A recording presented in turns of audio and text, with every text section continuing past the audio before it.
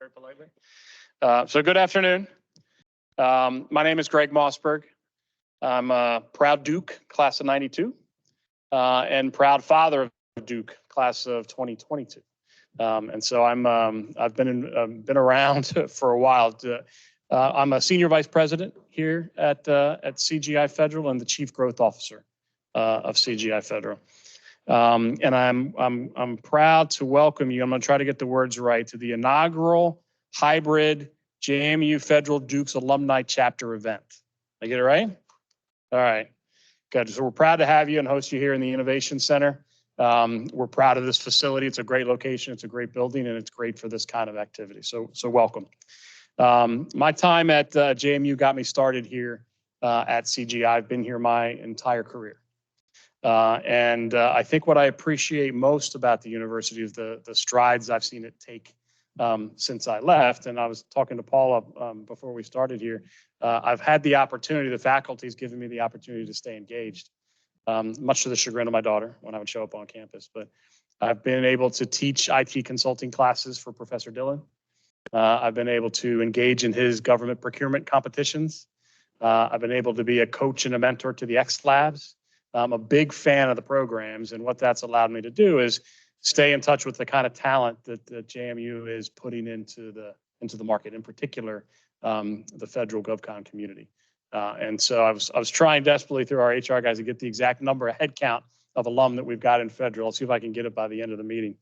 But I think what's exciting about that is I look forward to the continued kind of interaction, especially on topics like we're going to talk about today. The responsible use of AI. So with that, I'm going to hand it over to Paula, right? And we'll get on with the program. Thank you, Greg. Hi, everyone. My name is Paula Polglace, and I'm the Director of Alumni Relations at JMU. I started this job 3 months ago, and I think I started on a Monday, and by Tuesday morning, I was in a Federal Dukes meeting.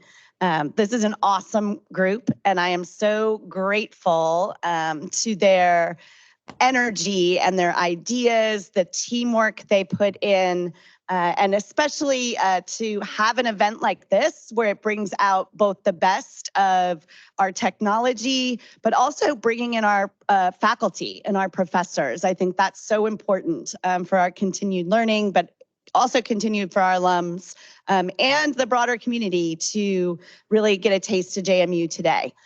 So thank you to all of you who are participating online and here in the room.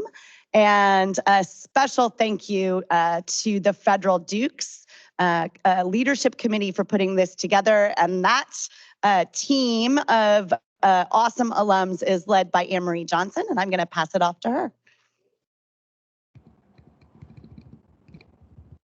Thank you, Paula, and thank you for the incredible support that you give to the Federal Dukes as the Executive Director of the Alumni Association. Greg, thanks to you and to all of our colleagues at CGI for the support to be able to use this facility and to be able to experiment. This is the first time we've done this as a hybrid event as Federal Dukes.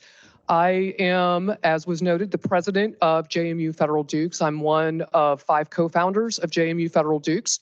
We were getting together 5, 10, maybe 15 years ago, and a few of us started realizing, oh, you went to JMU? I didn't know that. Well, what if we only knew each other? What if we could create an alumni chapter?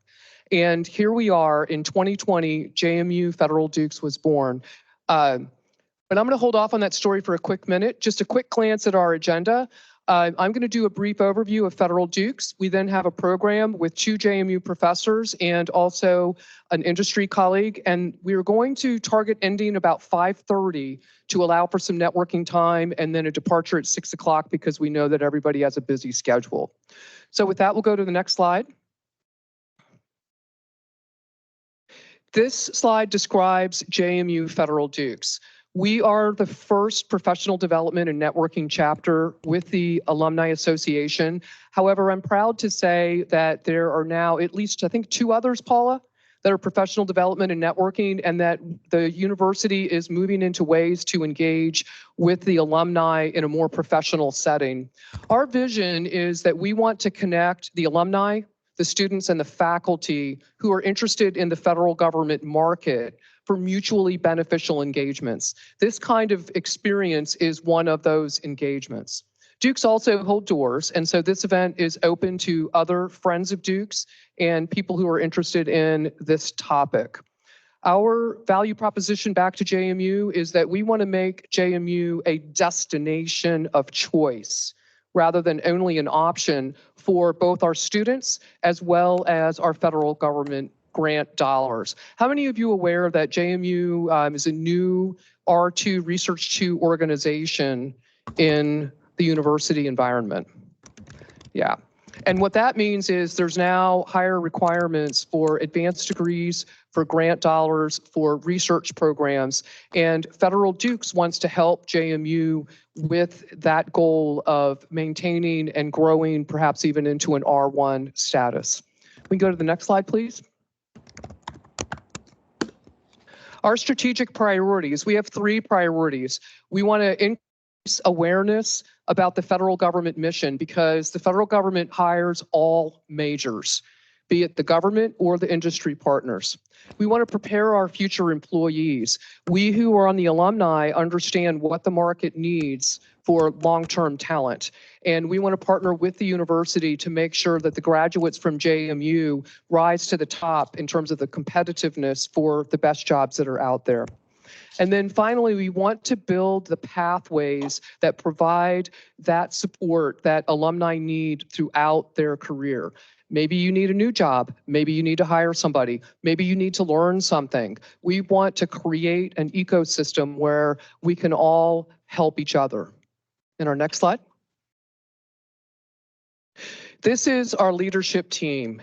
I could not be more proud of the remarkable leaders that we have on Federal Dukes. Several of our leaders are on the virtual channel, and I think, Kevin, you're the one leader that's in here. If you'll stand up, I want to give you a huge shout out. Kevin is a senior vice president with Deltec.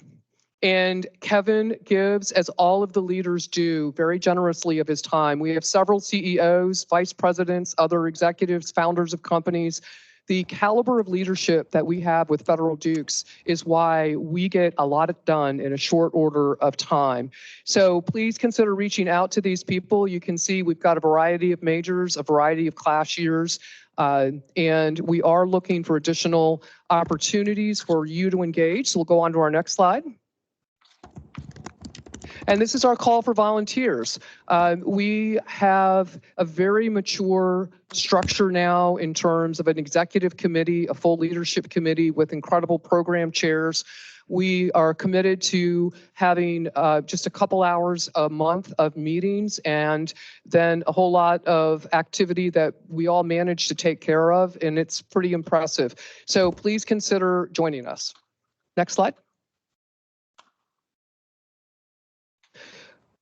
Now it is my proud pleasure to introduce my friend and colleague, Dr. Barry Zoloff. Barry has a long and established career, which he can tell more about better than I can.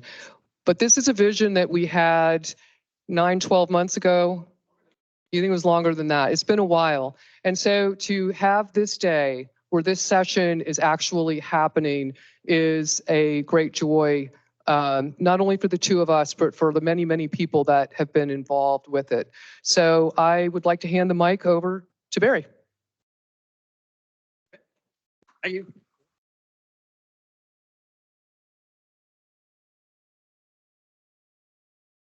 Okay, so I am not a Duke, and I'm ashamed to say that, but I'm the father of a Duke. My daughter was biotechnology in 2018. And I've been teaching, however, in the intelligence analysis program at JMU for 15 years. And I live here right over there, in fact. And so I have been, every time I'm on my way down there, I'm thinking, why am I driving to Harrisonburg, Virginia? It's 2 hours, and then I've got to go 2 hours back.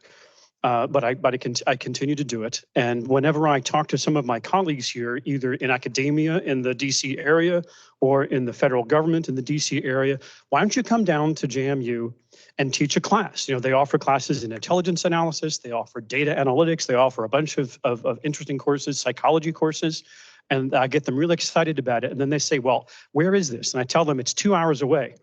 We'll get back to you. I'm really excited about this opportunity, and thanks to our local hosts and the physical facility for showcasing something that's the wave of the future.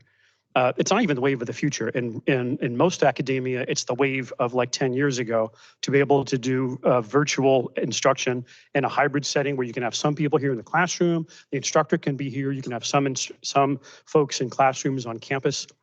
I think the goal here at the end of today is to be able to demonstrate that we can do this. We can provide quality content with quality instructors.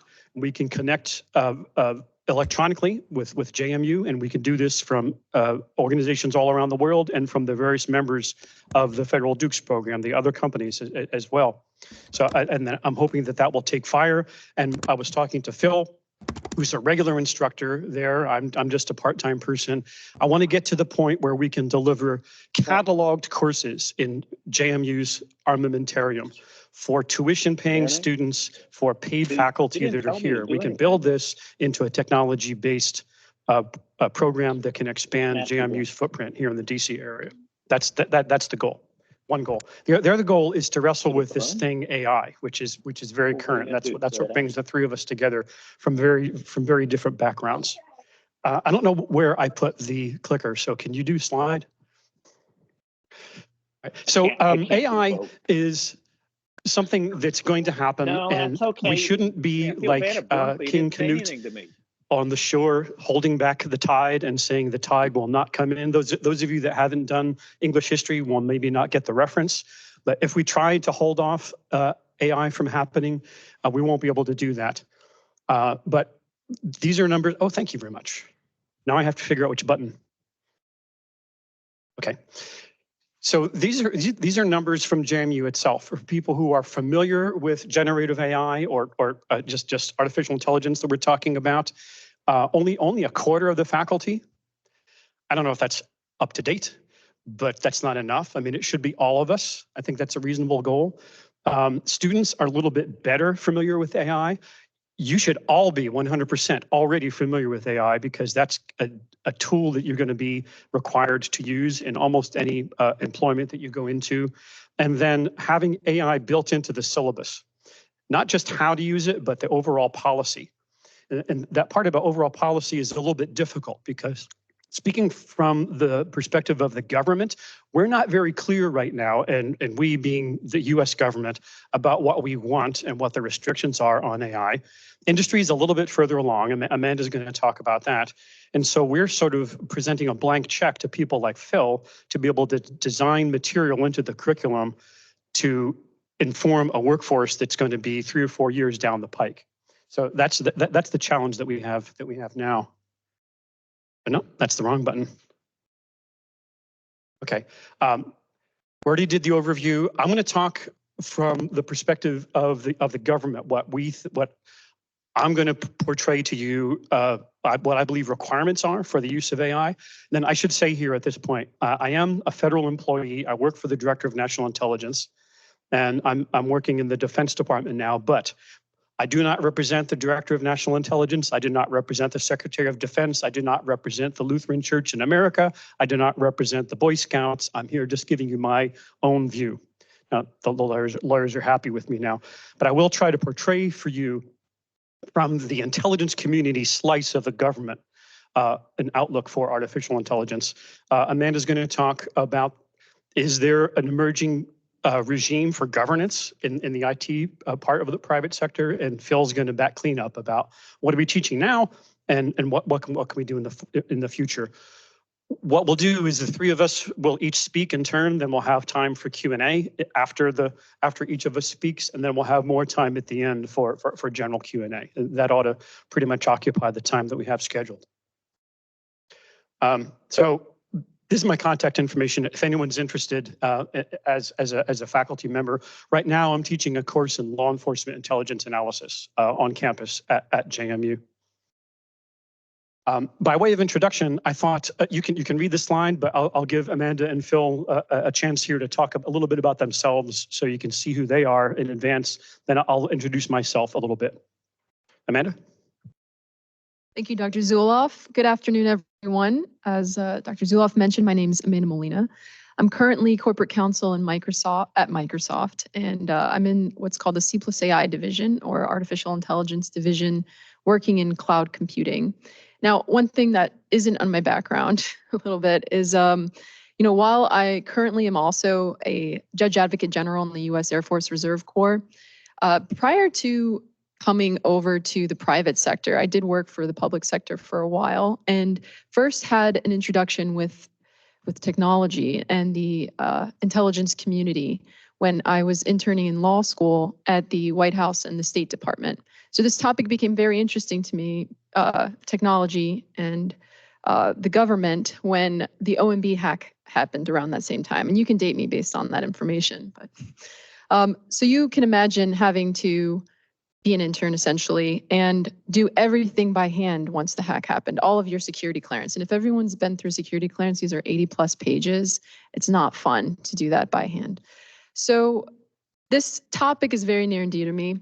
And one other thing I wanted to mention in my background is that my clients at Microsoft are on both the commercial side and the federal side. So I support both FedRAMP clients and people on both public sector as well as commercial clients at Microsoft. Hi, everybody. Phil Baxter. I'm an assistant professor at JMU.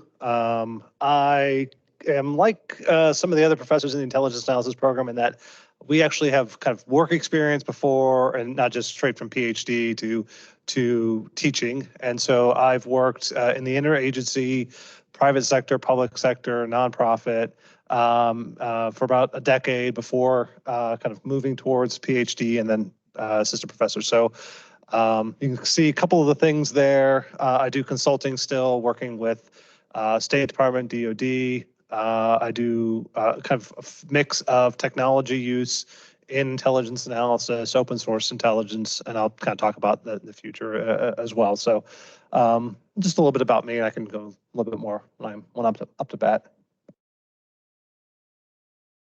Thank you, Amanda. Thank you, Phil.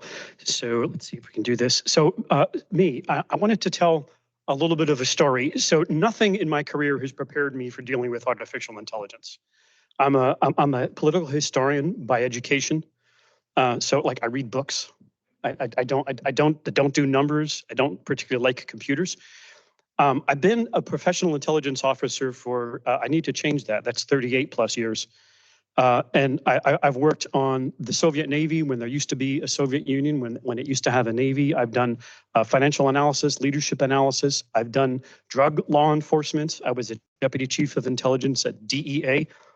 I've done a career. I'm a retired naval officer, and I've had a statutory position as an analytic ombudsman. I'll talk a little bit more about that later. And I've seen changes in the intelligence community. Machines come and go, organizations come and go, ways of doing things come and go, but nothing has had the potential and the realization to change fundamentally the way that we do our job as artificial intelligence coming onto the scene as it has in the past. Well, it's been there for a while, but it's really come to everyone's notice and attention just over the past couple of years. And it's not without precedent. We've had some kinds of changes like this before, but this is really a significant change, and I'm hoping that we can get out in front of it rather than be overtaken by events. Now, I wanted to talk to you about the requirements that we have inside the intelligence community. I'm talking about federal employees who are part of the 17 now member agencies of the intelligence community. There are other folks in private industry who work around us, or in law enforcement who work around us, or in other parts of the federal government, don't have the requirements that I'm about to tell you. This is, if you come to work for us as a professional intelligence officer, this is what you have to face. The regime that we have that is under the rubric of analytic tradecraft and analytic objectivity comes from two series of mistakes that we did as a government, or that we dealt with as a government 20 some years ago. One of them was the WMD in Iraq issue about the presence, or actually the absence, of weapons of mass destruction in Iraq. And there was a commission, you can see the reference there, looking at that. And we, as a government, made mistakes because we were not clear about what we knew as a fact and what was a judgment that we were making and what was an analysis based on the combination of those two when we reported information to decision makers. That was our own fault. We managed the information. It was largely human-derived information, but we weren't clear about the distinction between what we knew and what we didn't know, and the deficiencies of what we didn't know. And for those of you that know the history of that, I'll just mention the word curveball, see if that lights any recognition in anyone. No, there was one particular source of information, his code name was Curveball, that we used as a source of whether Saddam Hussein had weapons of mass destruction in Iraq. His information was dated, it was biased, and we didn't have the opportunity to check it out. But we just sort of reported it without telling the decision makers the lack of credibility of that information. Hold on to that thought. So what I'll get back to later in the context of AI is communicating to decision makers the credibility of the underlying information and not being able to just pass it on. And the other sort of mistake that happened was what came out in the 9/11 Commission, reporting on errors in the intelligence community that led to the attack on the US in September 11th, and our inability to communicate that well enough in advance to give decision makers time to respond to it. Part of the recommendation of that 9/11 Commission report was that was then, it's now been fixed, but there was then no set of common standards, requirements for intelligence analysis of what we were expected to give to decision makers. The 9/11 Commission reported that out as a recommendation, and that's why we have, let's see if I can do this now. In law, the intelligence community's founding document, or at least the modern intelligence community's founding document, is IRTPA, Intelligence Reform and Terrorism Prevention Act. Now, that very famously separated leadership of the intelligence community from CIA. It created the National Counterterrorism Center, a bunch of other sort of organizational changes, very important. But more importantly, my view, and I've said this to the DNI, and she laughs, more importantly than that is that it established by law these requirements for all intelligence analysis to have a common set of analytic requirements. And the first one up there is that intelligence has to have a basis in alternative analysis. Now, who's a physical scientist here? Nobody? Right. So pretend you're a physical scientist. You're doing an experiment. Do you start with the answer first, and then you go into the laboratory and you just find the data that supports that answer, and then that's what you report? If you want to try and get away with that, you can, but that's cheating. Really, what you do is you gather the data first, and then you see what the data tells you, and you consider all the alternative explanations. Then you go forward with the answer that comes out in the end that's supported by data. If you don't do that, you're allowing the decision to come first, and then you're providing the data after. The next set is section 1019 talks about analytic tradecraft. I'll show you what the individual analytic tradecraft requirements are. This is a set of what I think are common set rules that human intelligence analysts have to follow in producing intelligence. And we've been doing these for a while now, since 9/11. And the most recent update of the intelligence tradecraft requirements came out in 2015. So this is well established for human-based intelligence. That's humans doing the thinking. So this is no problem for us. We know if we're reading an intelligence report or looking at an imagery report or listening to a piece of signals intelligence or just doing research like you would do for a term paper in the library, we know to check our sources. We know that MSNBC is going to have a certain point of view, and Breitbart or whoever, it's going to have a different point of view. We can correct for that. We know how to do that. Machines, I will propose, don't know how to do this. They have not been taught how to be objective. They have not been taught how to adjust for the credibility of the different sources, for the biases of the different sources. And we need to do two things. One is we need to make sure that they are taught how to do that. And that's a challenge for the scientists that are building generative AI. Not my problem. It's the scientists' problem. My problem, and anyone's problem who deals in intelligence analysis using AI, is to make sure that the algorithm is in fact doing this, and to be able to explain to decision makers how it happens. Let me translate that into real terms. The first one here that's in blue, and the reason it's in blue, those are the words directly out of the law that was passed in 2004. The green ones are modified from what exists in the law. But the first one that is in the law itself, IRTPA, says we have to properly describe the quality and credibility of underlying sources. Now, if I know I'm looking at a SIGINT report that comes from the NSA that they've produced, they'll tell me where this came from, what the intercept was, what the translations were. The translations would be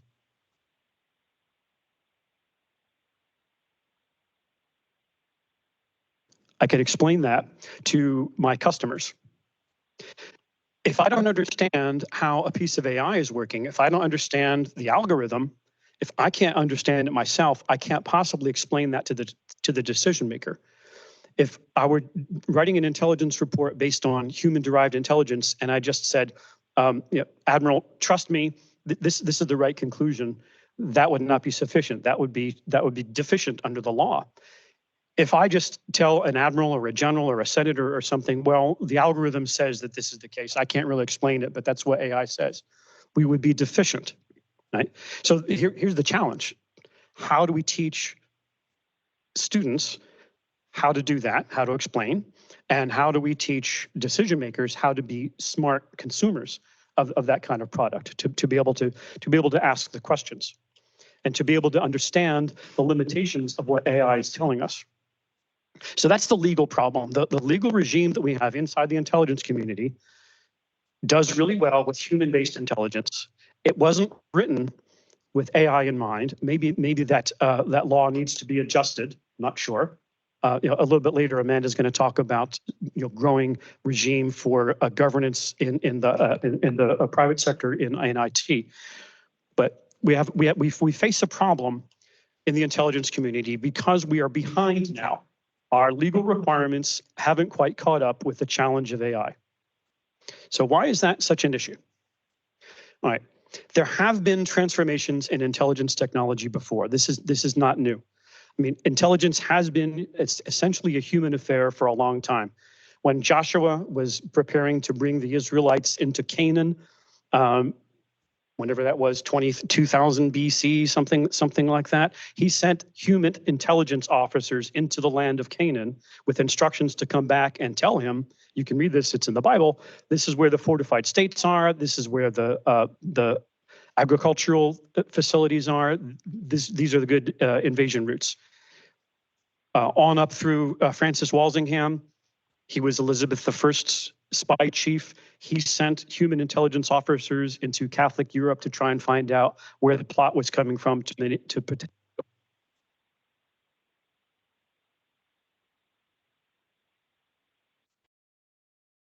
there we go, to potentially overthrow Queen Elizabeth.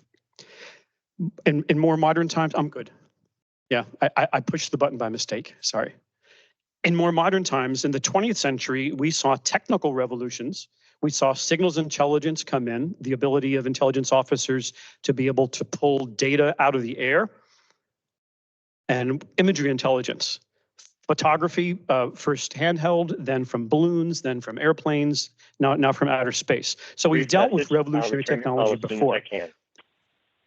I think AI is potentially different. When you finished recording, because it gets not just to a supply of information that we have, but it gives human beings the ability to deal with a mammoth amounts of data that have now become more than we can reasonably process. There are more images that come available across intelligence analyst's desk than there are intelligence analysts' pairs of eyes.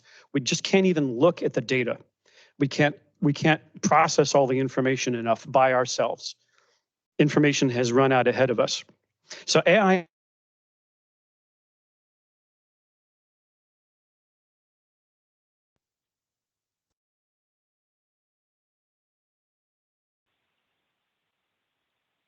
and I'll be provocative and I'll say will always be needed to do something that machines can't do, provide insight and to provide to leaders context within which to understand information. AI is very seductive. ChatGPT is very seductive. It writes stuff really well. And if you're not careful, and I'll talk a little bit about how to do this, it can make it look as if you've got really good quality information. But if you scratch the surface a little bit, it might be good, but you can't rely on it. And remember, in intelligence analysis, lives depend on this. We can't just allow it to happen. I would no sooner allow AI to produce intelligence products that we go directly to decision makers without my intervention.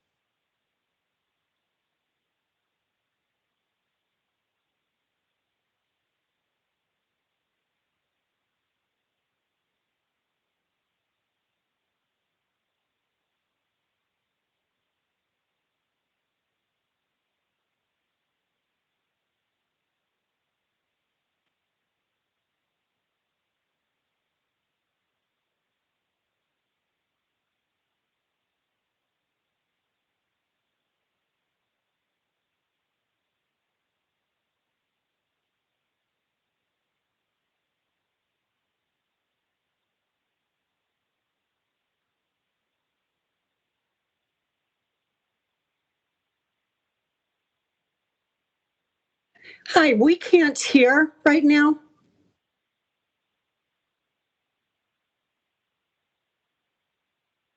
Yeah, it seems like we've lost the audio.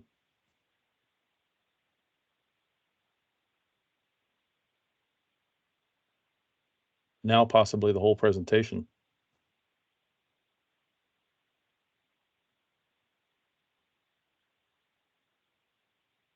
I'll text Anne Marie. Thank you.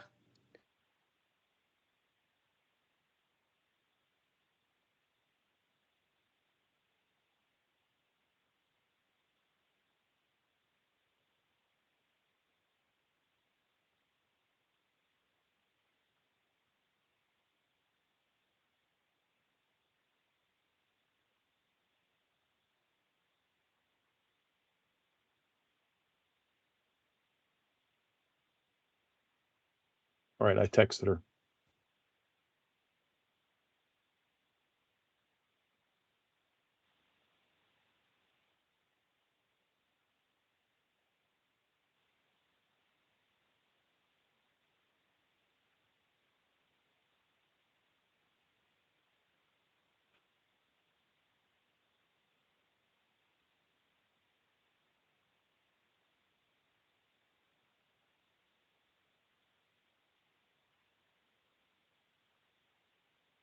All right, Anne Marie responded she's aware, so hopefully they'll be able to address it.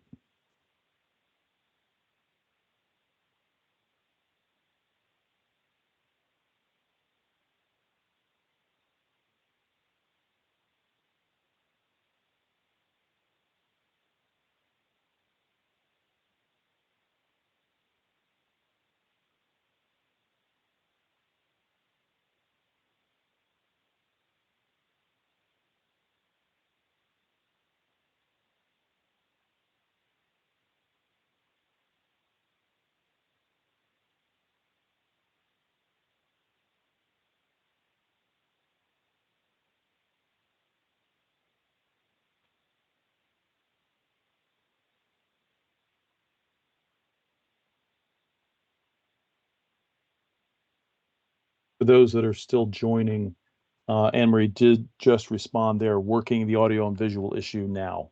So she's going to try and get us back online. Thank you. Should I stop? Okay. What was happening? The power was going off on and off on this. So Barry, have you heard of the book Ender's Game? When you made the comment about interns running Ender's the government. Ender's Game, that is the book that came to mind. Yeah. So like on an individual basis, you could find, a bright young person who can be dropped into a decision situation and may or may not do a good job, but you're running a risk in intelligence analysis. I mean, if you're doing that, if you're gambling in Las Vegas or something, yeah, maybe you can do that. Or if you're playing a video game, maybe you can do that. But in the intelligence community, most of what we do in supporting our decision makers carries the power of life and death. I said on my introduction, I was a targeteer for ISAF in Afghanistan. And I was presenting intelligence information to a decision maker upon which decisions of life or death would be made. That person's going to be targeted or not. And I had to personally verify, yes, that signals intelligence says this. Yes, this is the imagery, this is the person's voice. I just didn't let some machine do that. And I didn't let a junior officer do that. I was personally responsible, and I had to be 100%, 110% sure of that information. I'm not saying that an intern can't do that, or that ChatGPT can't just write something up and then you can accept it. Maybe, but can you rely on that day after day, day after day? That's the problem. You think I'm good to go now? Okay, so Mars and other systems like it run on trusted data that's already been verified. We already know where this information came from. And we've already adjusted for potential bias in the data. All data is biased. It's just a question of finding where the bias is. And if it's run on trusted data, unlike ChatGPT-4, which runs on the open internet, we can then trust the models that are run on the basis of that information. We can have it do projections for us from which we can choose. We don't let it do the analysis. We let it do some of the calculations, and then we can choose to go forward with that or not. We can't just accept it blindly like a black box. Remember the intelligence community requirements that you have to be able to explain the underlying sources and methods? You have to be able to do that here. Can't say, well, the algorithm said that this was, he's a bad guy. Maybe you are a bad guy, sir, but I'm not, I need to be able to tell a decision maker the reasons why I think that. And oftentimes that comes down to a human exchange between an intelligence officer and a decision maker. So without things like Mars, that enables us to correct our data and to be able to understand the algorithms, we could potentially make products that could go to decision makers, and people will die as a result. Also, by the way, here's another challenge. I'm not sure if this is something that JMU can do, but we need to figure out how to educate decision makers to be consumers as well. It's very tempting to be able to say, well, I can go to ChatGPT and I can ask ChatGPT the same questions I ask you, and I get an answer a lot quicker than I get from you, and it costs me a lot less. It doesn't cost me $70 billion or whatever it is for the intelligence community to get answers. Well, yeah, you can get an answer, sir. You can get an answer, but I'll tell you some ways that can go wrong. Before I do that, I want to talk about what I don't want the government to do. I was mentioning this before. This is a horror story. And I just watched Oppenheimer. So who's not seen Oppenheimer? You haven't? Oh, okay, all right. So I hope I don't spoil it for you, but you should see it. You know how it ends? Yeah, you know how it comes out? Yeah. So as a government, how are we going to figure out how serious AI is? Is AI a national security threat? Is it a national security capability? How seriously are we going to take this as a problem? Just think about AI as a technology in 2024, similar to atomic technology, nuclear technology in 1943. Should we handle AI like the Manhattan Project and devote billions of dollars, I guess in today, trillions, I guess it would be today, to be able to handle it like the Manhattan Project, with all the security and all the controls and all the top-down management in order to keep our AI, our nuclear secrets, as it were, safe from the Chinese? Think about a research facility like this And you don't do AI here, but just imagine you, or do you? Do you do AI research here? Okay. So, tell me if this is how you'd like this facility to be run. Like this. I mean, rigorous security and vetting, clearances, skiffs, Marines, 24/7 guards, alarms, right? Do we want to work like that? What kind of environment is that for exchange of information? How many people have their cell phones in here with them? Do you have a Fitbit and all this kind of stuff? And just leave that at the door. I mean, if that's going to be the national security approach that we have. I don't know if you have someone. Do you have a security officer here at all? Do you want Boris Pash doing the no?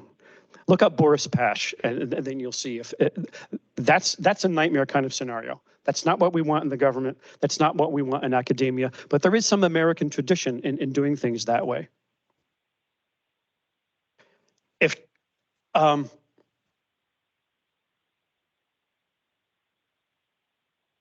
yeah. Even then, even with that tight security, the Russians still got the bomb before we thought they would.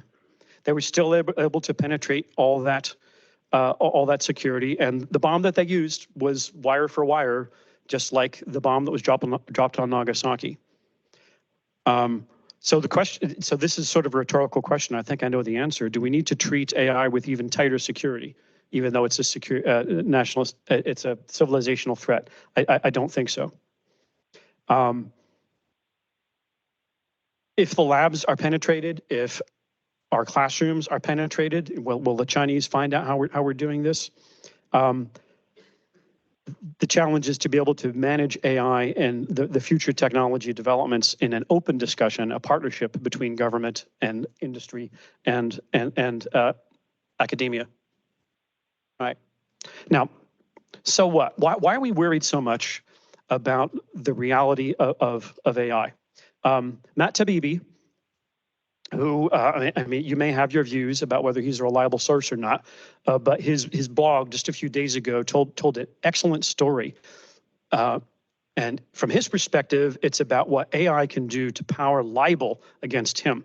What I want you to think about is the potential for this kind of work going on that can result in flawed intelligence analysis. So he tells a story about, the article began to talk about the image generator, Gemini, which, as you know, generated pictures of, I forget what it was, George Washington as an African-American or something like that.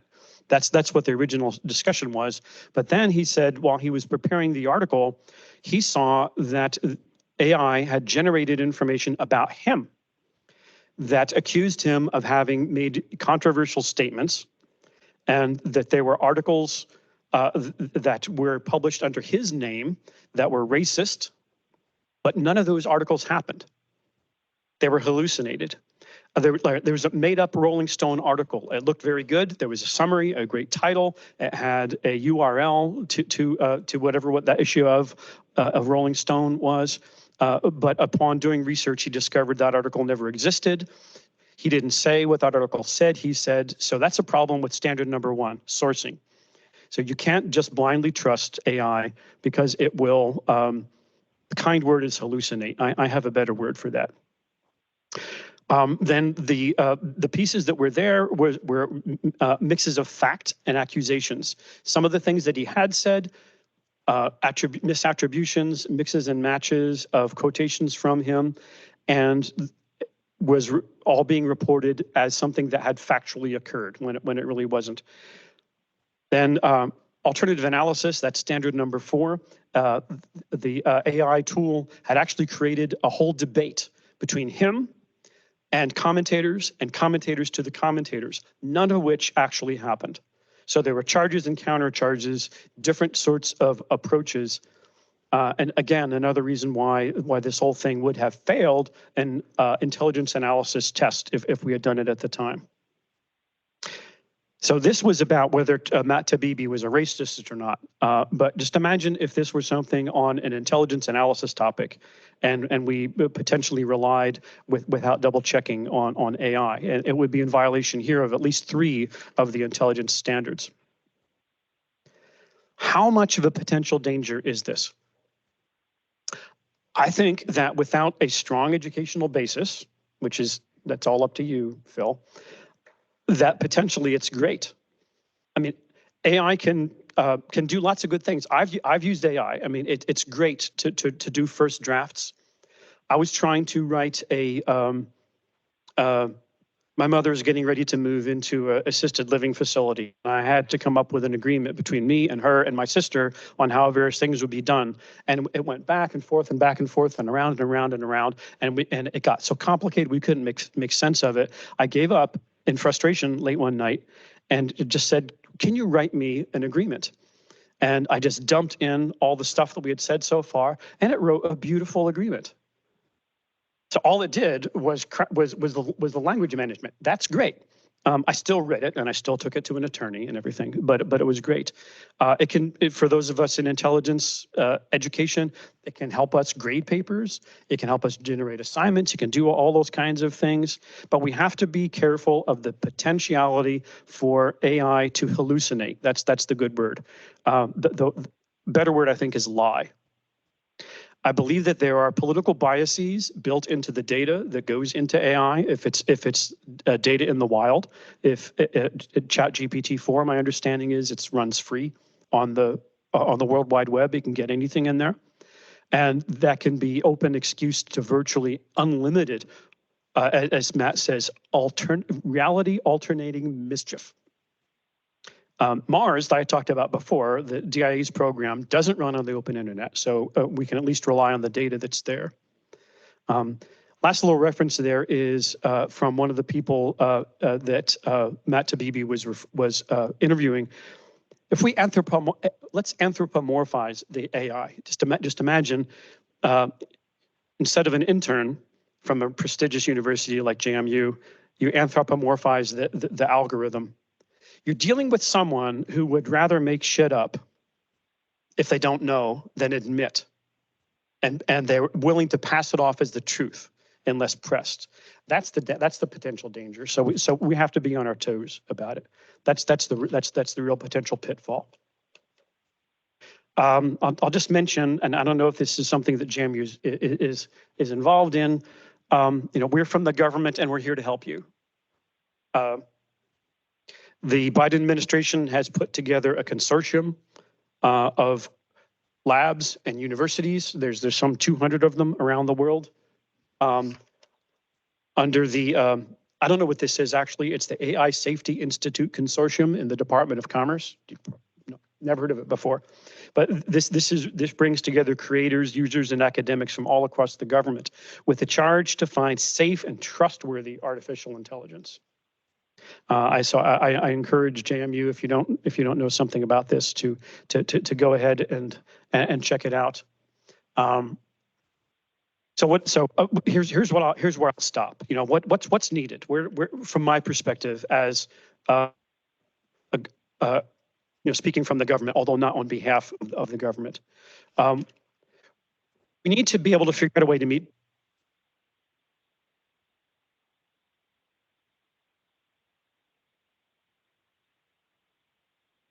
It doesn't like me.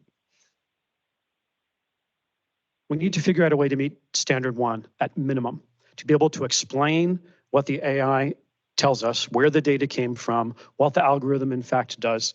We have to avoid the temptation to tell our decision makers, trust me.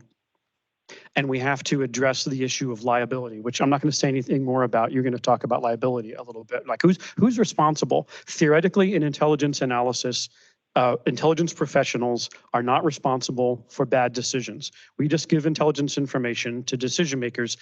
They decide what's going to be done with it. They decide to act on it or not act on it. I think AI may potentially change that because we may find ourselves in a situation where we're selling a bad product to decision makers, and we may have some liability in the future. Then the other issue is how to meet this standard for objectivity. How can we make sure that AI is as objective as we are, in fact, if we don't understand where the data comes from? And some of that gets to being able to train our customers as well. So I've gone on far too long. Let me stop there. And shall I see if they have any questions? And then I'll turn over to Amanda.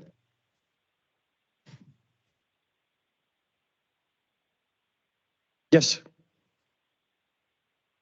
Oh yeah, there are mics on the tables. So obviously, those in the contracting space don't have access to this Mars system. Using open source AI, what are your thoughts on prompting it to only pull from what you call trusted sources? Now, I don't know if that could come from your firm or if it comes down from legislation, but saying only peer-reviewed sources or only .gov sites and just give me information from there. Well, I guess there needs to be a whole nother profession now of prompt engineers. I think they're called, who can design prompts in order to ask those questions. The other thing you can do is you can. I'm not a data scientist, but you can hitch your algorithm to only data that you provide. And then you're responsible for the data that goes in, and then that puts the human responsibility for the lack of biases on you. So those are basically two ways to approach it. There are some courses that you can look at. I think ChatGPT Mastery is one place where you can go that has good information there about how to do the prompts properly, and Prompt Engineering Pro. This is offered by LinkedIn. Those are at least two places where you can go to do that. I think as long as you're aware that if you ask a question, it's only going to answer what you ask it, and it's not going to have that sort of human exchange. Then that's a step in the right direction. Sir. After listening intently, I can't tell. Are you pessimistic or optimistic? I'm very optimistic because as an intelligence professional, I spend far too much time gathering data. You know, 3/4 of my day is trying to find stuff, and I don't have enough time spent left at the end of the day to actually think. So I'm really excited about the ability of artificial intelligence to be able to do that data gathering for me. I'm also I've been a student of human nature for a long time.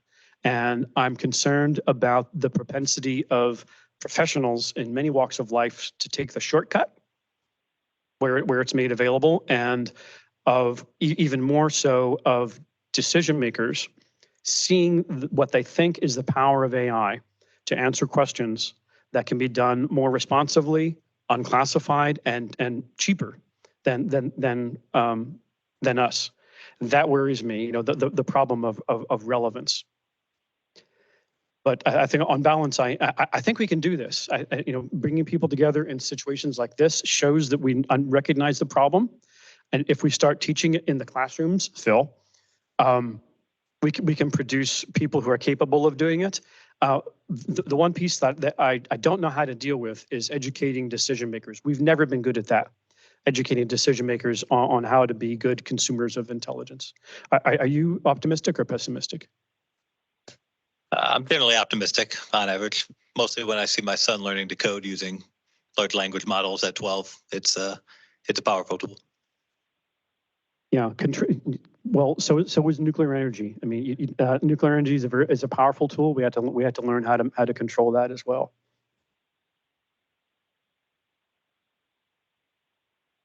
Okay, why don't we'll move over to Amanda, and we'll do the same drill. Do you have the thing? Yeah. This one, I don't know. I infected. I'm gonna stand over here, actually.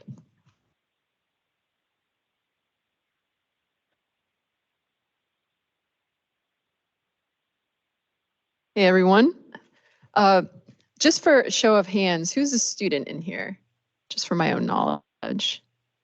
Just one. Okay. Good to know.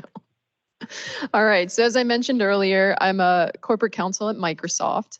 And just like Dr. Zuloff, I do not represent a company of Microsoft today. These are my own views, nor do I represent the DoD or the US government as a JAG officer in the Air Force. So these are entirely my own opinions. But I will say that there is some information on Microsoft, and I will be talking about Microsoft based on publicly available data. So today I'm going to just giving you a brief overview of what I'm going to discuss here today.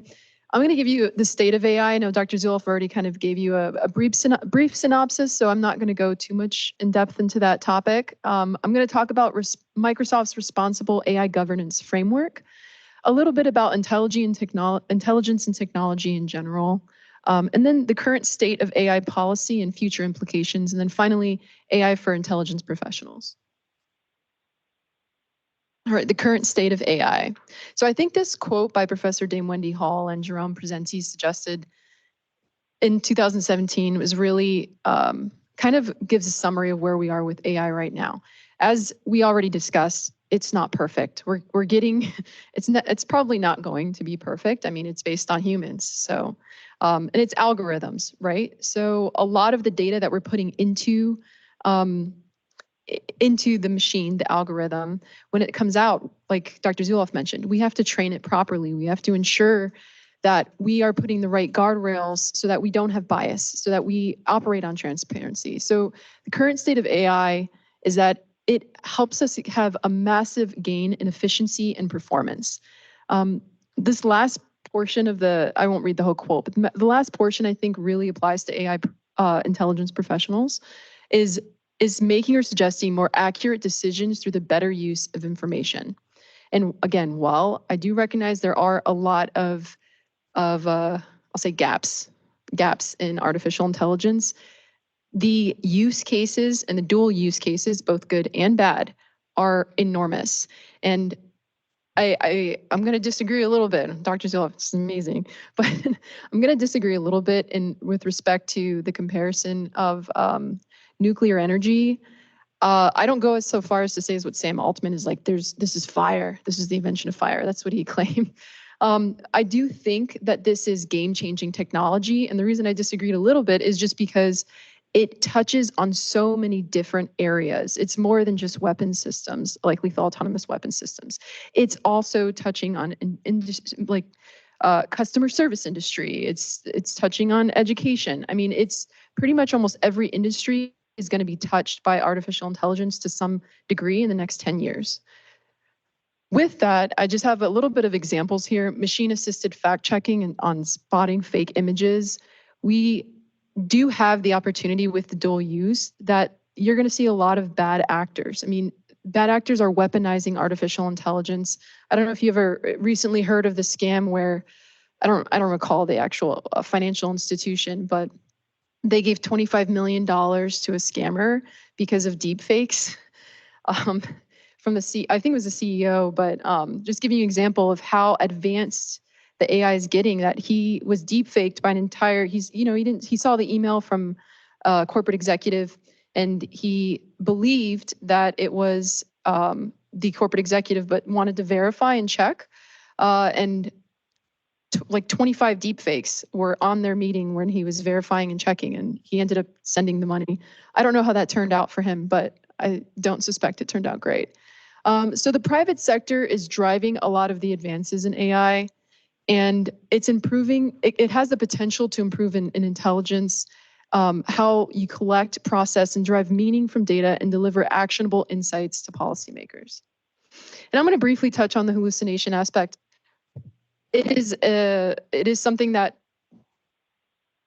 is definitely affecting a lot of not just education, but I think it's affecting how a lot of our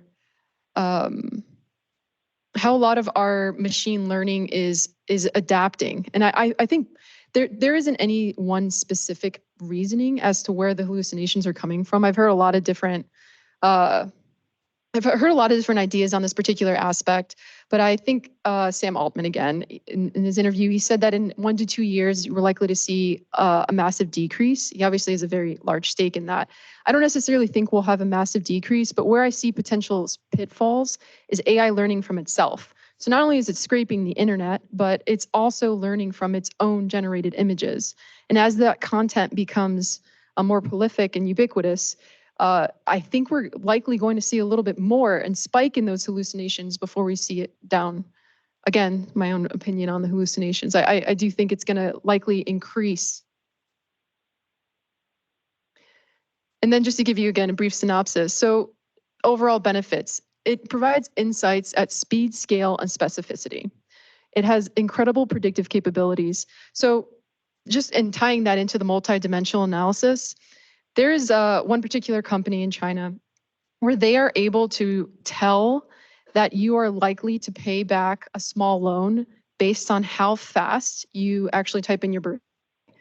Really odd specific reasoning, but I thought that was really interesting in AI Superpowers was the book I read that in. But specifically it was interesting because humans won't necessarily make that comparison, but AI was able to determine that there's specific patterns of behavior that certain people have that you're more likely to engage in a certain behavior. Again, this can be dangerous and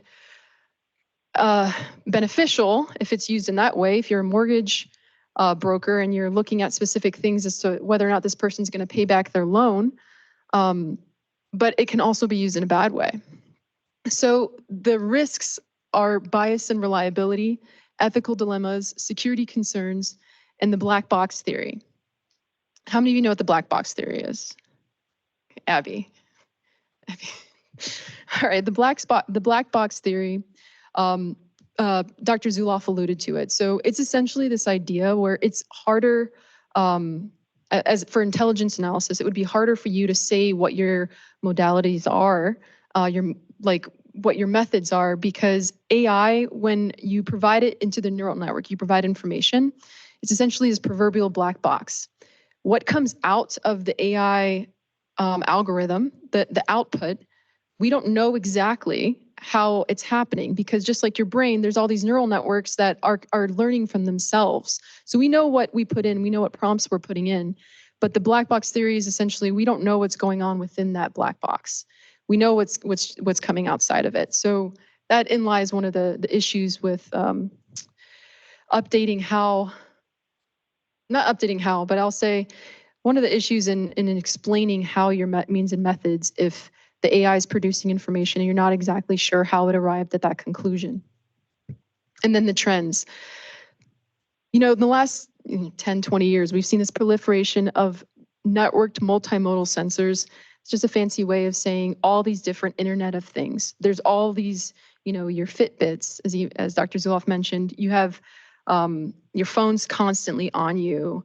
Your, you know, refrigerators telling you need more milk. There's all these different things that are providing sensors on where you're going, what you're doing, and all of them are looking at human behavior and responding to it. A lot of the electric cars today, they know down to the millisecond how fast you're going to react to that red light. There's a lot of growth in big data from that, both classified and unclassified, and a rapid growth in computing power to process data and power AI systems. And I'll talk a little bit later about quantum computing. That's the next phase of the age of AI. And quantum computing is something that, I guess I'll talk about it now. So quantum computing is essentially like using subatomic levels. So computers typically operate on ones and zeros. Quantum computers operate much faster. It's not like a typical computer, though. You don't just, input things in ChatGPT or in Copilot, as we call it at Microsoft. But essentially, it's able to produce things much faster. And just give you a quick example of a quantum computer. There was a GAL report recently, I think it was last year, that looked at all the different use cases of artificial intelligence. And the number one federal agency that reported the use cases was NASA. The number two, Department of Commerce, which I thought was interesting. But NASA in particular, with quantum computing, let's say that NASA's like, what's a metal alloy that can withstand 1 trillion degrees of heat? A quantum computer can provide multiple answers typically because it's doing things simultaneously, but it'll be able to compute like astronomically faster than we were years ago. All right, so Microsoft in particular, Microsoft has 6 governing principles that you see here: fairness, reliability and safety, privacy and security, inclusiveness, transparency, and accountability. Around 2016, our CEO Satya Nadella wrote a paper about AI, and these essentially introduced these governing principles. Microsoft doesn't operate in a bubble. A lot of these principles came from working with multiple stakeholders, and Microsoft, along with several other companies, actually is committed to trust and safety and reliability in our artificial technology with the White House. So the White House said, hey, there's, and I'll go into that in a little bit later, there's not really an overarching federal regime right now that governs artificial intelligence. So the White House allowed for these or requested this voluntary commitment for these big companies to show that they are meeting these qualifications. So just to go a little bit more in depth into what these mean, this is our version 2. So the top 6 are there, and how we actually achieve these is just our developing corporate standards that have actionable goals, requirements, and practices, implement those within processes, training tools, and then oversight. How are we monitoring, reporting, auditing, and sharing all this? So just to give you a synopsis of what this all means, every single product that's produced at Microsoft goes through these very rigorous processes to ensure that we are meeting these requirements. And it takes a very long time, but at least at these major corporations that have voluntarily committed to those commitments, at least they're moving in the right direction, and they're helping build that regime of industry standards. So just to give you a brief hit, this I thought just was fascinating. I don't know if anyone knows what that is. Do you guys know what that is? That's called Colossus. It was used between 1943 and 1945. It was built to help decrypt during World War II. I just thought that was really interesting because it's the first modern computer. It's Great Britain, but this computer essentially, even though it was just knobs and dials, helped produce our modern day computers. So this was the first example. I thought it was very just symbolic for this particular event. So we saw a lot of technology advancements in World War II.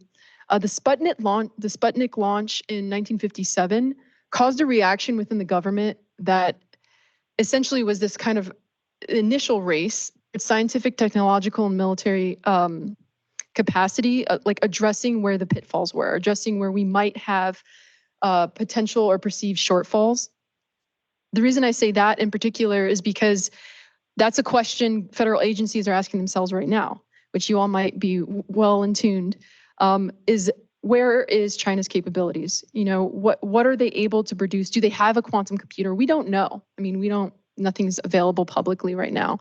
There is a race towards getting a quantum computer because of the ability. Remember I mentioned that it can just calculate things incredibly fast. Imagine a quantum computer trying to crack into CEOs' emails or steal your code or hack into all of the DOJ's. So I'll just say emails.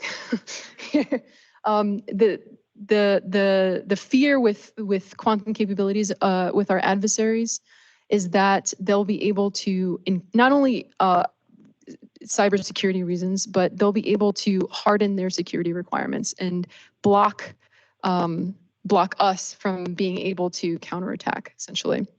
And then drone development is another. So the intelligence community is no stranger to in technology advancements, was essentially what I wanted to imply with this one. All right. I won't read everything up here, but as I mentioned, there's currently no government-wide guidance on how agencies should acquire and use artificial intelligence. The EU AI Act is the world's first comprehensive act addressing artificial intelligence. And it gives you a brief synopsis there of how it addresses the main challenges of defining harm and dictating what needs to be regulated. They essentially had 4 risk categories: minimal, high risk, unacceptable, and specific transparency. I won't go into any those specific categories, but at ban, which clearly was the highest, is categorization of individuals based on bodies and behaviors, untargeted facial scraping, emotion recognition systems, social scoring, manipulative algorithms, and predictive policing. Those were all banned. There are exceptions, I will say, to that act, especially when it comes to law enforcement. But these are the general bans. So as if you're an EU citizen, these are already in effect. So there is growing regulatory attention. The White House, federal agencies, congressional and state-directed initiatives have all begun, but it's a patchwork in the United States.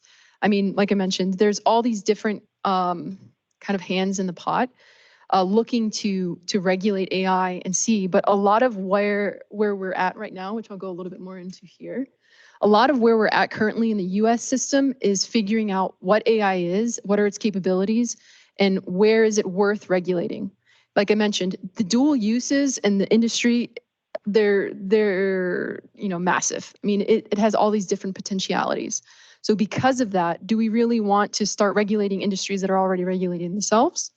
And then tech companies in particular, they're producing a lot of AI products. So they're probably the ones who are going to lead in this space.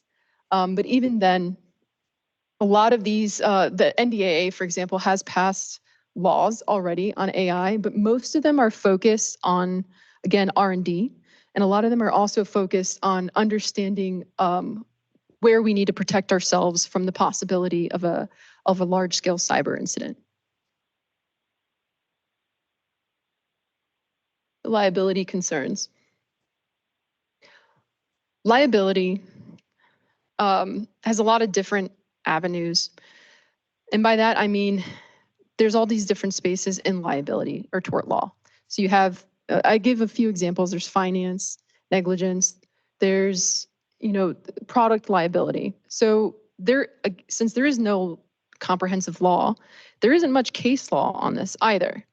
So I gave a few examples, but most of what we need to consider is the fact that it's based on motivation and intent. So again, how are you gonna have motivation and intent if it's a computer that has this black box that's producing this artificial intelligence? It's really difficult to, from a legal perspective, a judge to kind of look at that. But I'll give you an example of the car. I don't have this example up there, but there is a incident where a self-driving car hit a pedestrian, for example. So in that particular case, the court looked at who was more in control. Was it the car? Was it the manufacturer, like this case here, where you're looking at liability? Was the product safe when it was produced? Was the AI already within basically designed and installed properly and reasonably safe?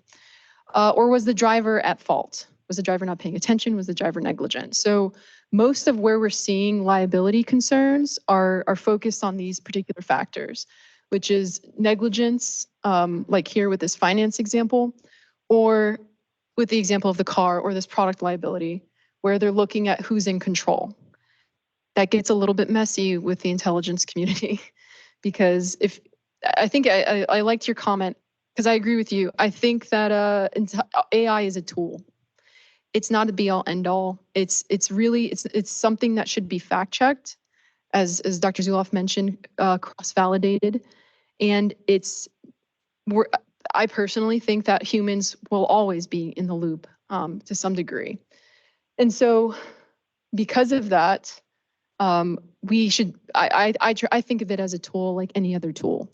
What can it do to help me achieve what I'm trying to get from my policymaker in this AI product or this report or this brief, whether you're in the intelligence or other private sector. Speaking of which, these are the D&I AI ethics principles. So these are just the first two. These came out recently, last year.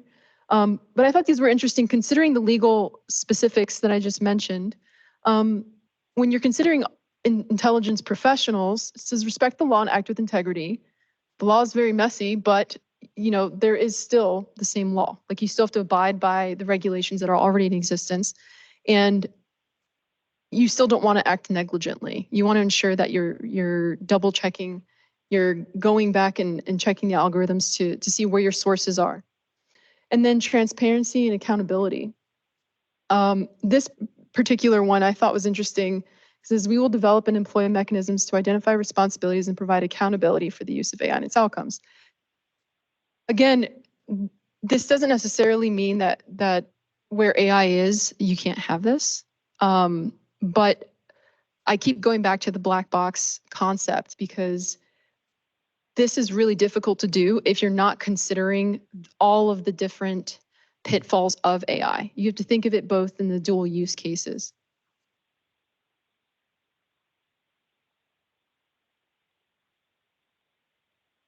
You do have insurance if something goes wrong, luckily. So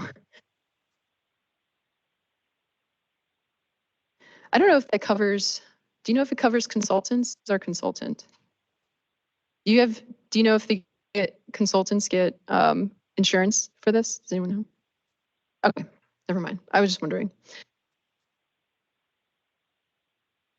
As legal landscape. So one thing to consider is that you do have insurance coverage, but you want to still make sure you're abiding by the law. You're not violating people's civil liberties. You're not, violating their privacy rights. You're still conducting subpoenas where it's necessary.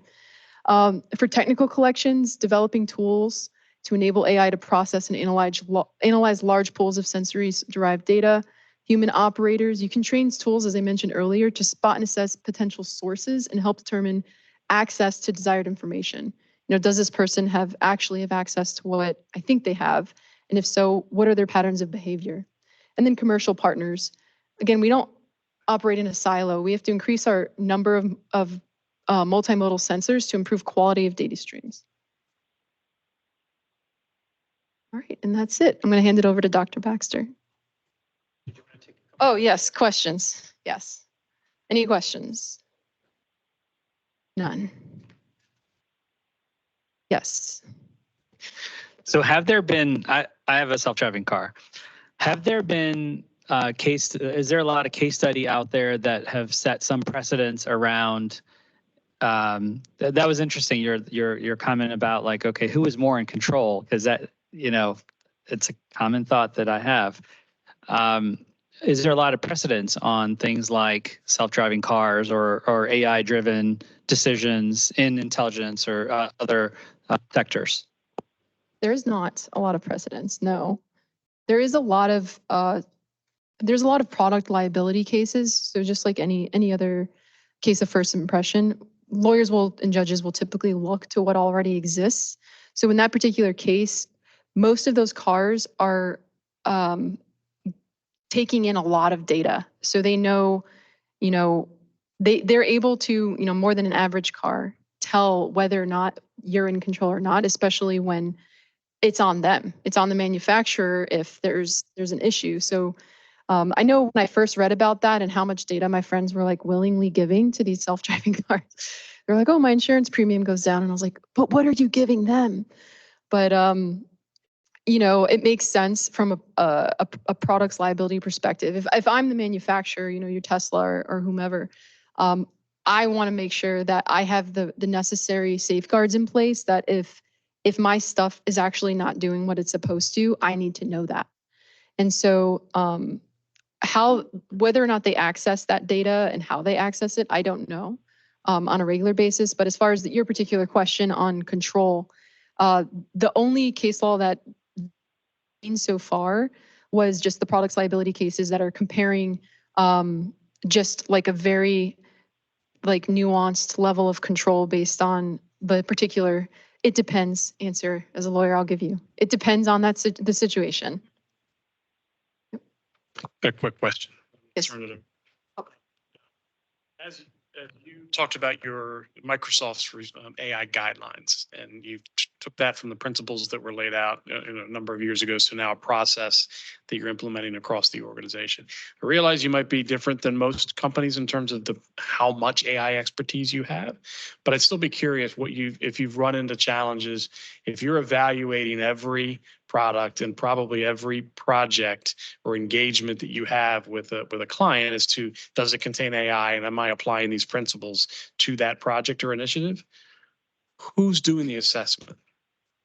So to the degree that I can speak on this, so I think this is public information. Microsoft tests all our products internally before it ever goes general, or what we call GA, or general availability.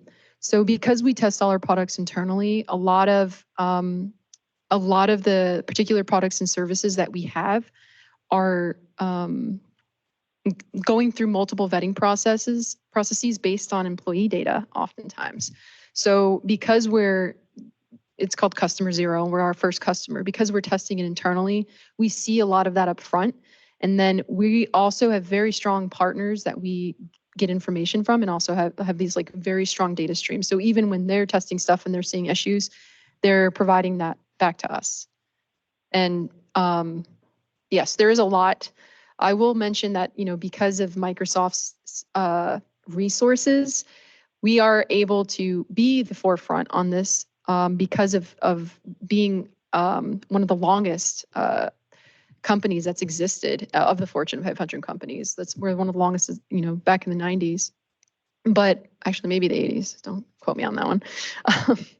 But because of that, a lot of the newer companies, they don't have, Snowflake. A lot of these partners don't have the same level of resources that Microsoft has. So with that transparency portion, I will say that we've been doing our best to ensure that there is a lot of data transfer and communication on that particular aspect.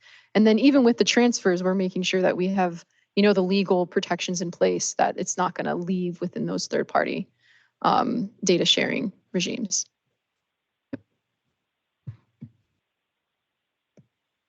Super, thanks. I'm gonna grab my cell phone so I can set a timer.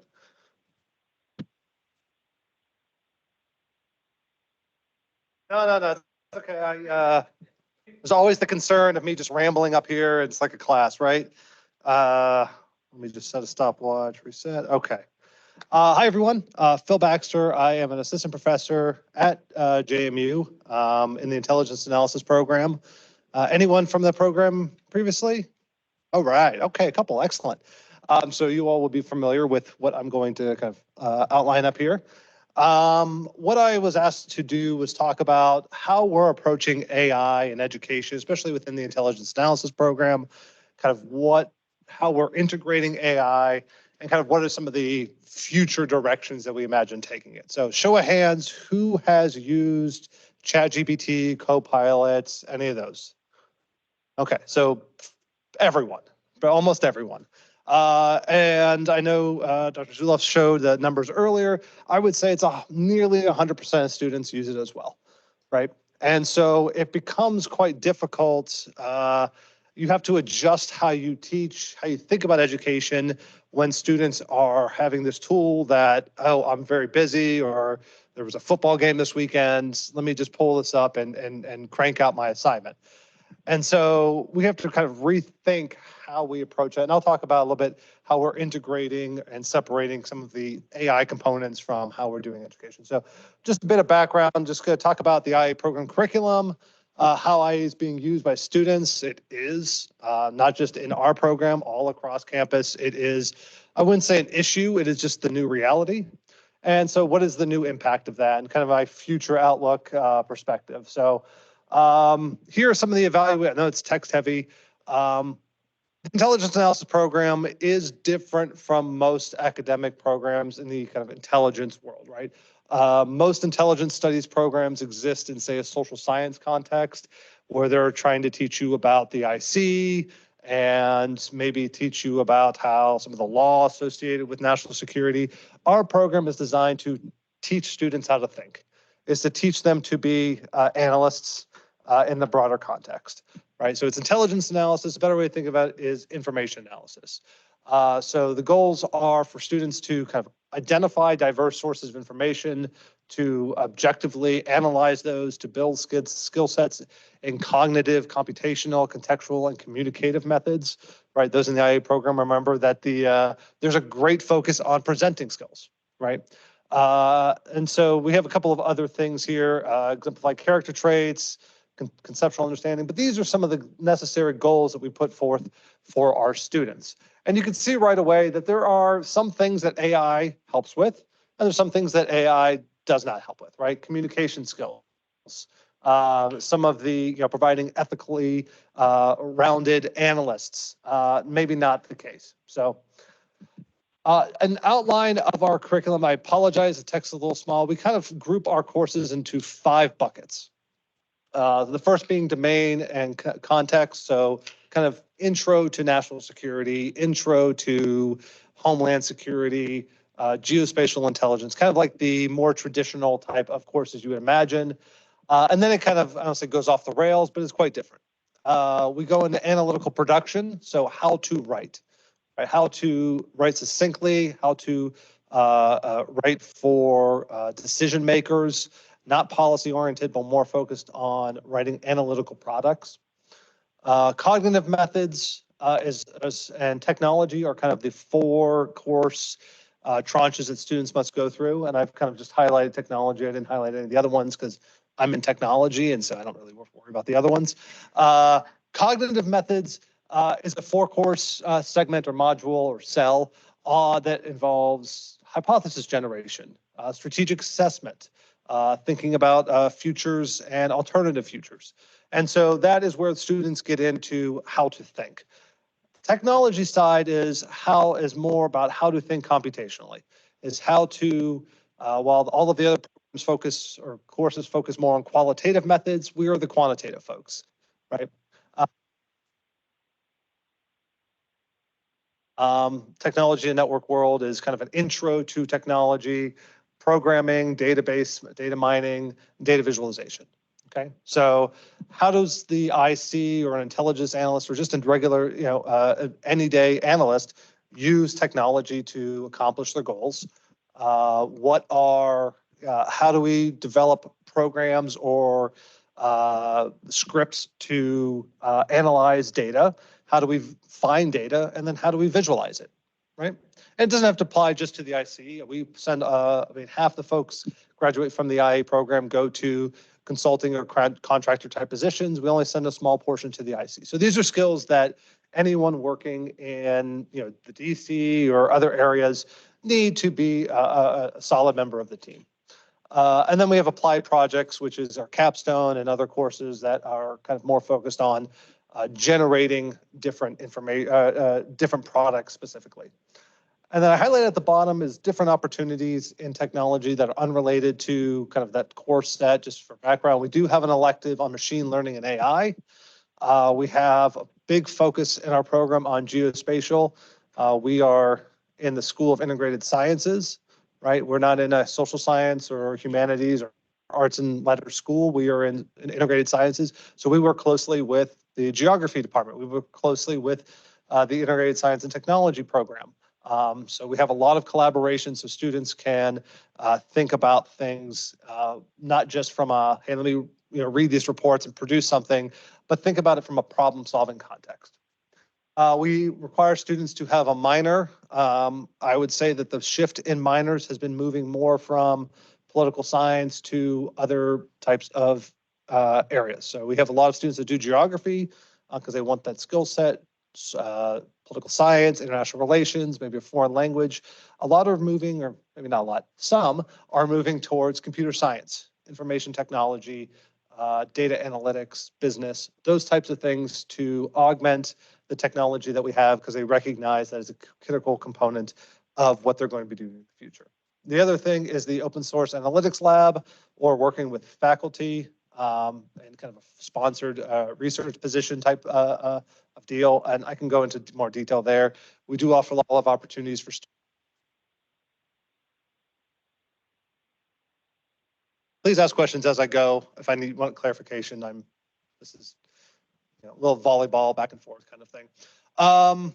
Our goals for the technology in the IA program, you can see they're listed there. Obviously, you're not going to be able to read all of them. The big thing for me coming out of this is I want students to be literate on how to take problems or identify problems through a lens that involves quantitative data, or not just reading newspapers and providing a report. How can we assess this problem using data?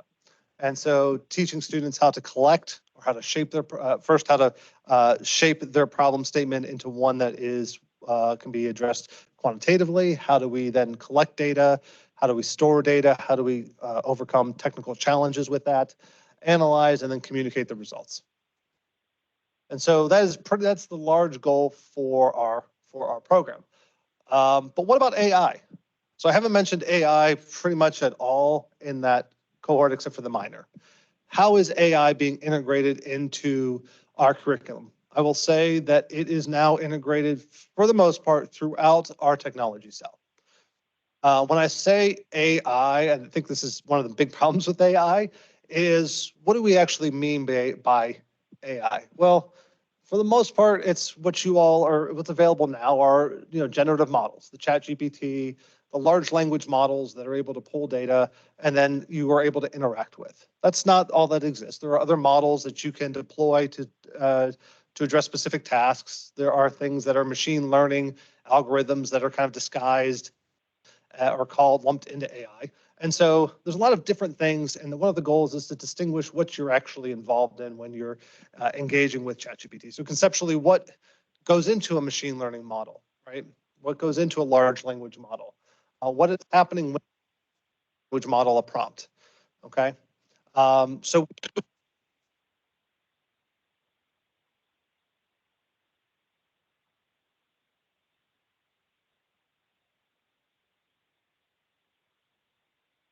So what's happening in that black box? Let's give them a background in what's happening behind the scenes in AI at present. So we have students actually build models, build in training data, test those data, we have students, in my classes in particular, I start off each semester with, hey, open up ChatGPT, here's your problem, or and go and see if you could solve it with ChatGPT. The assignment isn't necessarily to do that, but it's to come back and discuss, okay, well, what went wrong? Right? Was this a useful tool? How would you best use it so that students understand, okay, well, yes, it was great for finding resources or for creating an outline, but it sucked at actually providing citations on stuff or hallucinated. And so having students understand what they can use these sources for is critical. Okay?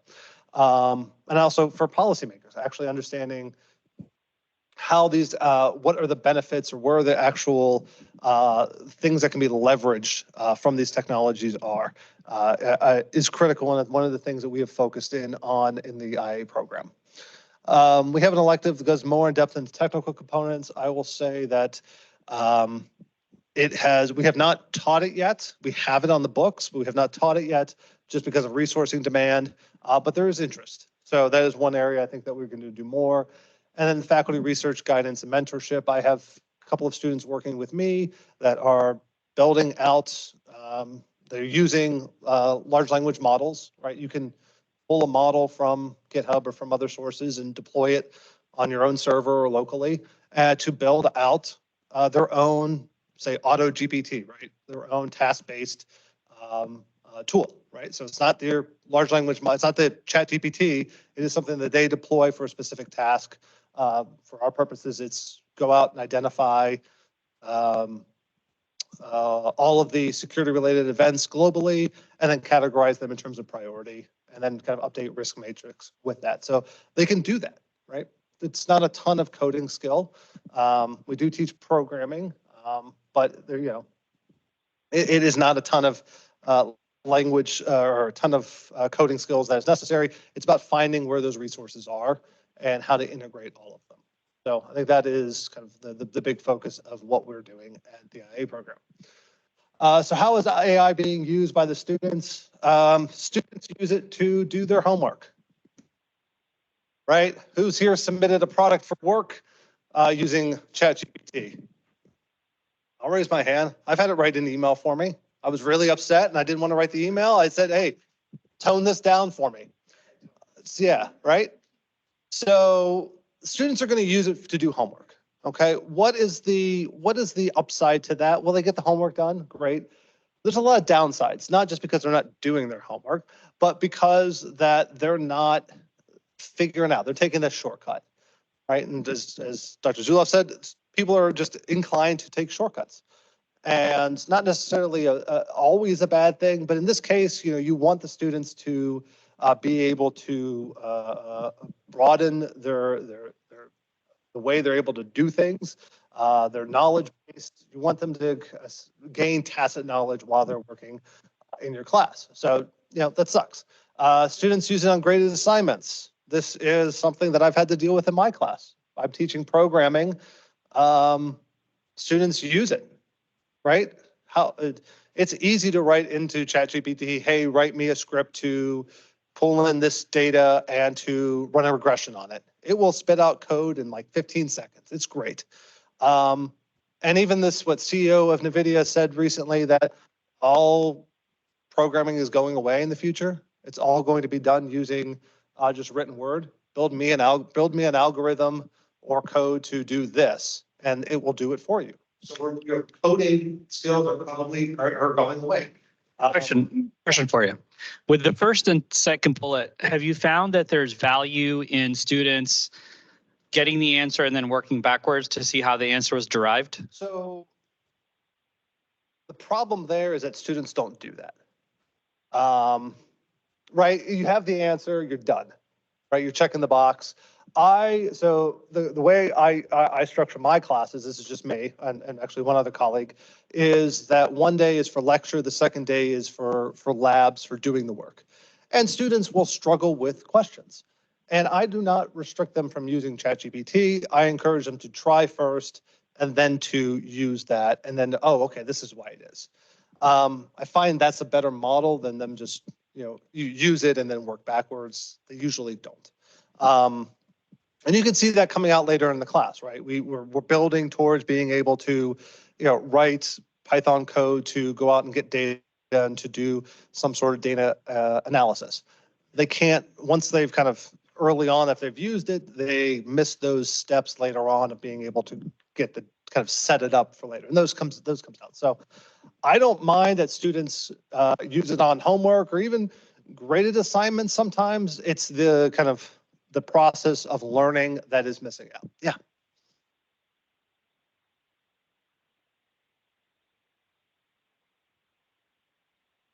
Thank you. Obviously, using AI to take data and produce an answer to a question is what we're talking about writ large. Do you use AI to generate assignments? Absolutely. In other words, in applying that to intelligence analysis, first generation, finding answers to intelligence questions using AI, next generation using AI to actually ask the question against which we apply analysis. So I use it yeah, absolutely. So I use it to generate questions because it is, especially in like a Python programming class, there are only so many examples that I come up with. And what I find is that I can do that, but I have to change them. So I have to basically fight the ChatGPTs in order so the students don't necessarily just put it in and get the answer. And there's ways of doing that, right? If you write a question a certain way, the code is going to come out a certain way. If I frame it a different way, it's going to look different, but I've taught it a different way. And so I can tell who uses it and who doesn't use it. So students necessarily get scolded, but hey, try first and then do that. So I will say that yes, there is an element of that, but it is a useful resource for some things. On the grading papers, I would say it's not great. I don't do it for that, but it is good for that's there's the shortcuts, but for helping to develop additional useful content for students. I will say for another class, I ran a 10-week simulation for students. So 10 weeks, international security. It was a crisis scenario. Generally, when you do that, you provide, hey, you're Germany 1940 or you're US 1942, something like that. I was able to create fictional worlds where students had, 20, 30-page briefings on their country, on the history of this fictional world, and then weekly updates as we went through on, hey, this is what's happening. I can't do that just writing about myself. So it's a useful way of creating new learning opportunities for students that wouldn't have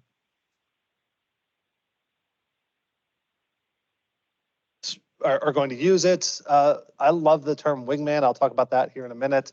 But there's no denying that it's changing how students and faculty, right? I will use it to create programming assignments.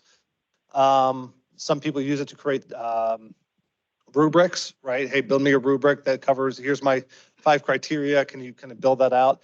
And some people use it for other things, but it is changing how we do stuff. So noticeable uptick in student usage, often used in technology classes for code assistance. I have heard of it being used to author papers in other classes. That is a huge issue. And some of my colleagues have moved to handwritten papers in classes because there's no good alternative, right? And so there's a little bit of a disservice to students in that regard, right? In that we can't, hey, go back to your, go do research on your own, develop this, and then submit your paper. It's, well, now there's like a level of, okay, well, we can't, use this. And students are becoming better at obfuscating what they're writing in order to kind of avoid this. But if you read enough papers, you can tell who's using it and who's not. I think most importantly is that there's a recognition by students that's going to be important in the future, and that they need to do more or use it more in order to become better at using it and get the most value out of it. So how are we integrating or discouraging? We are using it, kind of trying to highlight its efficiency or the efficacy of it in order to build out outlines to kind of shape what you're going to be kind of focusing on, but not necessarily deterring students, or it's not necessarily a deterrent, but just showing the way it adds values. Again, I mentioned modifying assignments to kind of reduce usage of it. There are ways that you can do that. It's a pain, but you can do it. You can encourage its use in certain contexts and limiting computer use in others. Again, only thing that's really doing is creating, more hassle for everyone in the whole context. So it's kind of pushing us back a little bit, but it is just kind of how it goes. Expanding the discussion of these tools and underlying technology. I think this is the biggest focus for my point of view and for the technology cell is what are you actually doing when you write a prompt? What is happening in there? What is happening when you start doing classification and want to distinguish between, chicken tenders or labradoodles, right? Which one's which? There's something happening there, and as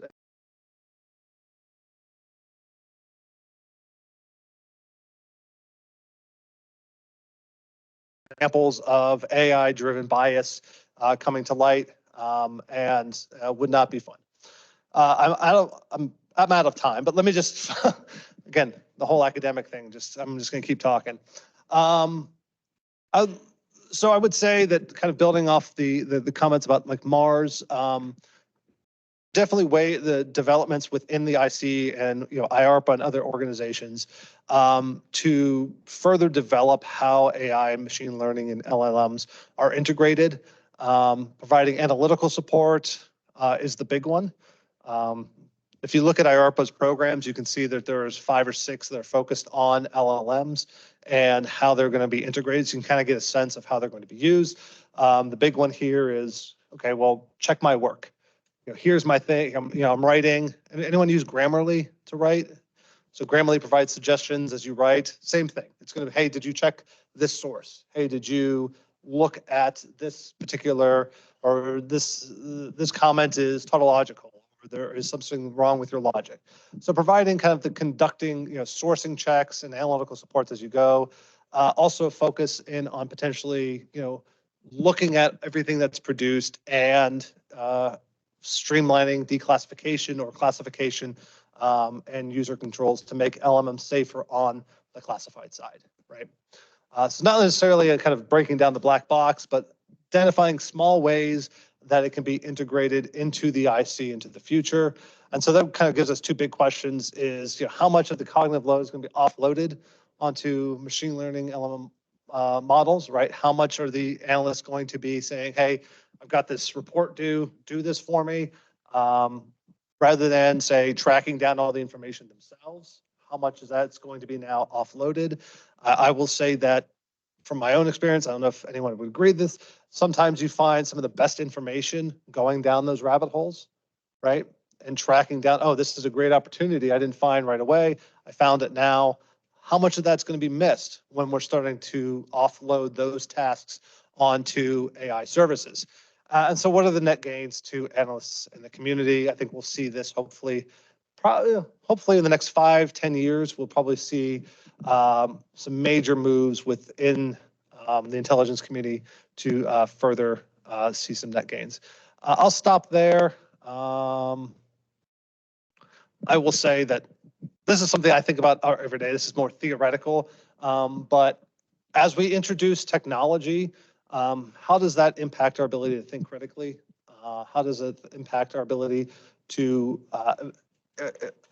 bring in imaginative thinking to solve problems? I love the idea of the concept of the discussing the nuclear bomb, the development there, and all of the security.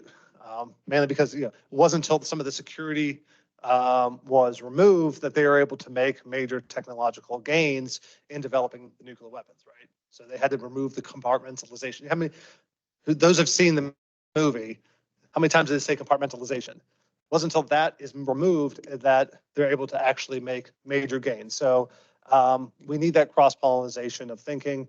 How do we kind of maintain that when we are reliant on AI or other services that are more task-oriented rather than idea-oriented? So I think that's all I have. My email's here, and look forward to questions. Anyone have any just for me, or we can go to the group now? Yeah. Okay, I got one for maybe the group, but and I think I heard Dr. Zuloff, you made a comment in your presentation, and you just did, Dr. Baxter, on your. That's okay. And Amanda, certainly, if you've got an opinion too, I don't want to exclude you, but one of the things we debate a lot is the question of when do we think that AI will have a fundamental impact, a real impact on the operations? In this case, IA. You just said 5 to 10 years, if I heard you correctly. And I can't remember the time frame that you used, Dr. Zuloff, but I'd just be curious, maybe if I posed the question that way, what your answer would be. Like what kind of time frame before it really has a fundamental impact on how the intelligence process works? I think it's having an impact now. I mean, students use AI to answer their assignments in class. I am sure that intelligence analysts are using AI as a cheat. And I don't mean that in a pejorative fashion, as a shortcut. That's a better word. As a shortcut to get to answers right now. Yeah, totally agree. And the potential is that if the analysts don't understand the thin ice that they're on, and they don't communicate that to decision makers, any day, a decision maker is going to make a life or death choice on basis of a black box. And where's the liability? Is the liability on whoever did the algorithm? No, probably not. Is the liability on the intelligence analyst who cheated to use that in the product that looked good, but it really wasn't based on sound tradecraft? By law, yes, the intelligence by IRTPA, the intelligence analyst is responsible, or is it on the part of the decision maker who decided to pull the trigger or not? So the fundamental change is happening right now. I would clarify. I would clarify by saying that we have AI machine-driven, task-oriented things that are game changers right now. Right, change detection algorithms for NGA, for satellite imagery. What I'm kind of more referring to is the full-scale integration of a ChatGPT product on the high side, and we won't. I don't think we'll have that. I wouldn't say that Mars is that. Mars claims that it will be that. Will be that. Running on its own data, not on the not wild on the web, but yeah. Mars will probably be essentially that. Yes. And that's like now. Yeah. But looking at what the products that are coming out in the next few years, those are the ones that are going to be like, oh, wow, okay, this is now something where everything that I write is now using this. Rather than, okay, let me take the shortcut and move over here. Everything that I do now is using this tool. Yes, I think that's where I was getting at. Yeah. I think that there is a difference between kind of how we're all using it for efficiency gains now in some of the examples and kind of some of the fundamental shift in education or a fundamental shift in particular industry that it's going to occur. Yeah, I mean, the shifts are happening now in terms of, I mean, most industries now are having to think about what the future looks like now that they have this. I mean, even lawyers, right? Sorry, thinking about it as well. Doctors in particular, there's a lot of movement there. So every industry is not immune. It's thinking about, okay, what are the skills we want to give students in order to live in a future where that is now the norm, and it's creativity. It's instilling problem solving and creativity skills in students, where that is where generally I think that AI and LMMs are going to be lackluster. I'll take a seat. And just to add to that, so there are closed kind of cloud systems that are being created within certain agencies to do just that a type of chat GPT. But one thing that I ponder on that I think is fascinating with like considering 9/11, for example, you have, information coming from different agencies. There was a lack of communication, right? That led to, well, one of the reasons. I'm sure there's different viewpoints on that. But one thing I think is interesting is there's this kind of, risk that we take in communication sharing between agencies, where it provides a benefit, it gives you a more clear picture of what's going on, but then there's the security risk of, if you have these agencies communicating, if there's a security incident in one agency, how quickly can it spread to all the others? So I know that we are working towards better communication and working on those like closed universes. But I also, just again, in my personal opinion, I wonder also about the security threats and what we're putting in place to ensure that if there's an incident in one, it doesn't spread to our whole system.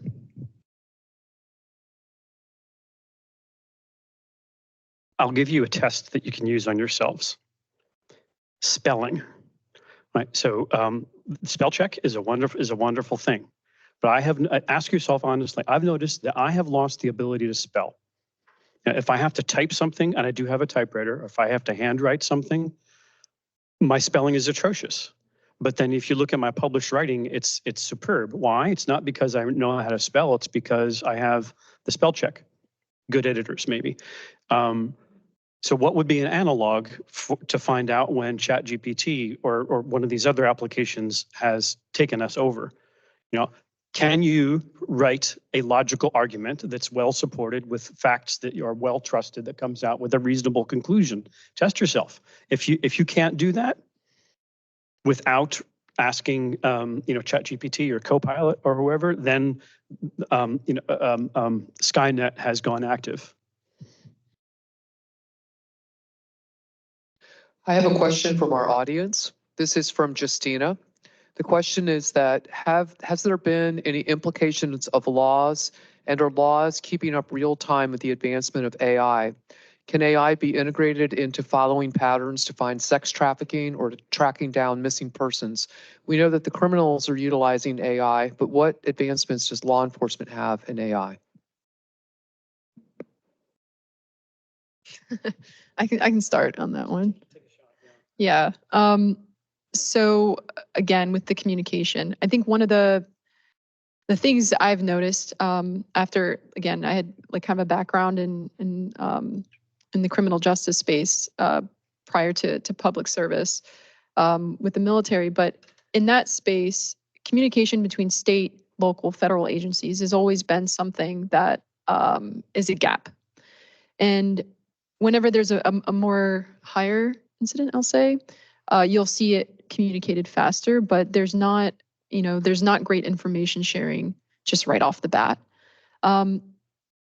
There is a question of whether or not, if we have those spaces, our adversaries are using, these massive data. They're working on the dark web. They're collecting all of our information. I mean, I get spam calls every other hour. So with all of that in consideration, like when you're asking, how can it be used? I think we're always going to kind of toe that line of the risk of sharing the communication and the risk of it being taken. So those communication channels, as far as, I will give you an example of sex trafficking.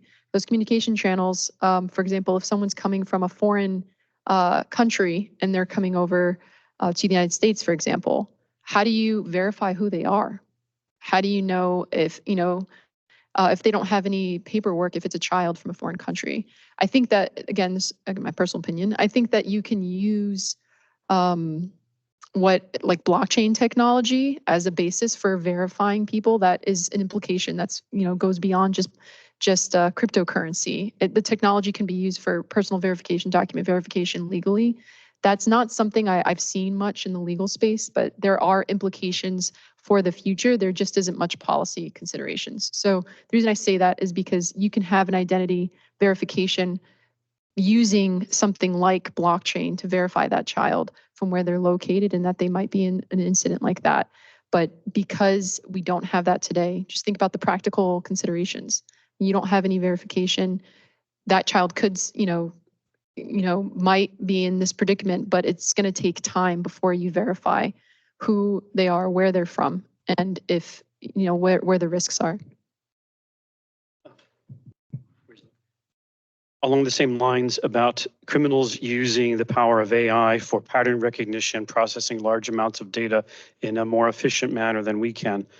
I was trying to think of how I can refer to this, but we have reason to believe that drug cartels operating out of Mexico are aware that when they approach in a vehicle to a crossing point and there's something in the vehicle other than legitimate traffic, and in the instance I'm going to tell you it's about narcotics, it could be white slavery or anything else, that they can, when they approach the crossing, they have multiple lanes to choose from.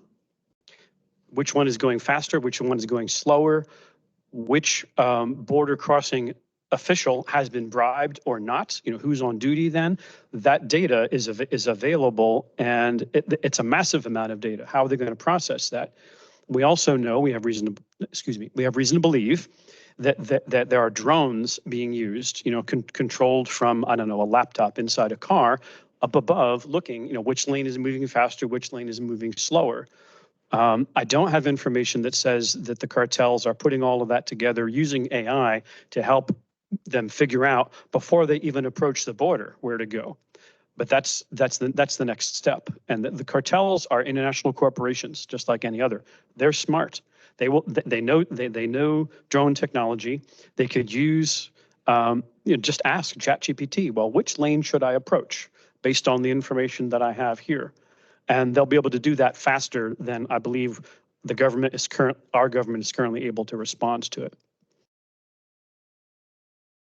That's a cheerful thought.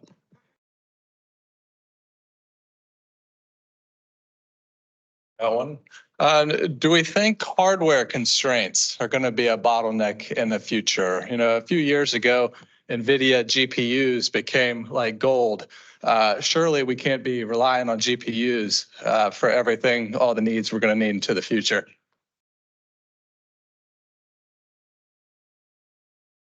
You're the technology guy. Yeah, so.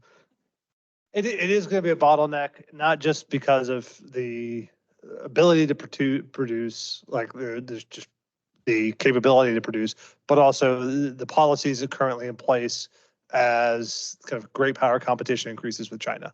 And so there's only a few companies that produce the chips. There's only a few companies that do the things that are necessary to put those out. That's why they're so hard to find. Also because, Bitcoin miners like to buy them. And so anyone that wants to have an NVIDIA video card as a gamer, it is hard to find those, right? But there's also policy restrictions on their sale because some of them have components that are made in China.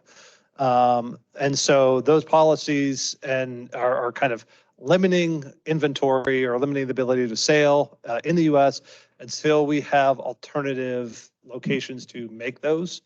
So standing up more industry here in the US or Europe, it's just going to be tough. It's going to slow things down.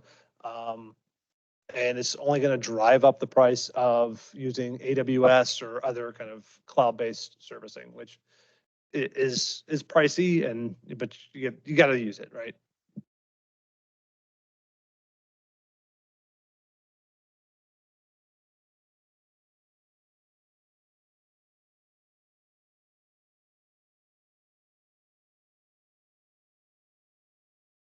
I'd like to